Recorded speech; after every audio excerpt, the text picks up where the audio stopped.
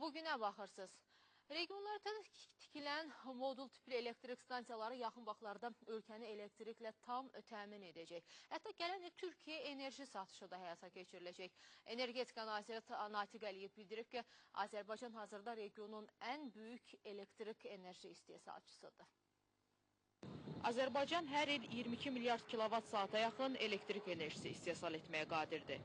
Bu rəqəmin 10 min megavata çatdırılması planlaşdırılır. 10 il bundan öncə bizdə işlək belə deyək gücümüz təxminən 4 min megavat var idisə, indi bizdə işlək vəziyyət potensialımız 7 mindən artıqdır. Mən dediyim kimi, bunlar da 1000-1500 bu gün tələbatımızın üstünlüyü. Azərbaycan-Gürcüstan-Türkiyə enerji körpüsü layihəsi çərçivəsində Türkiyəyə 1200 megavat elektrik enerjisi veriləcək. Həcm və qiymətlərlə bağlı üç ölkə arasında danışıqlar gedir. Gürcüstan və Türkiyə artıq öz xətlərini birləşdirir və birləşdiribdir. Azərbaycanla Gürcüstan, mən dediyim kimi, bu xətlər mövcuddur.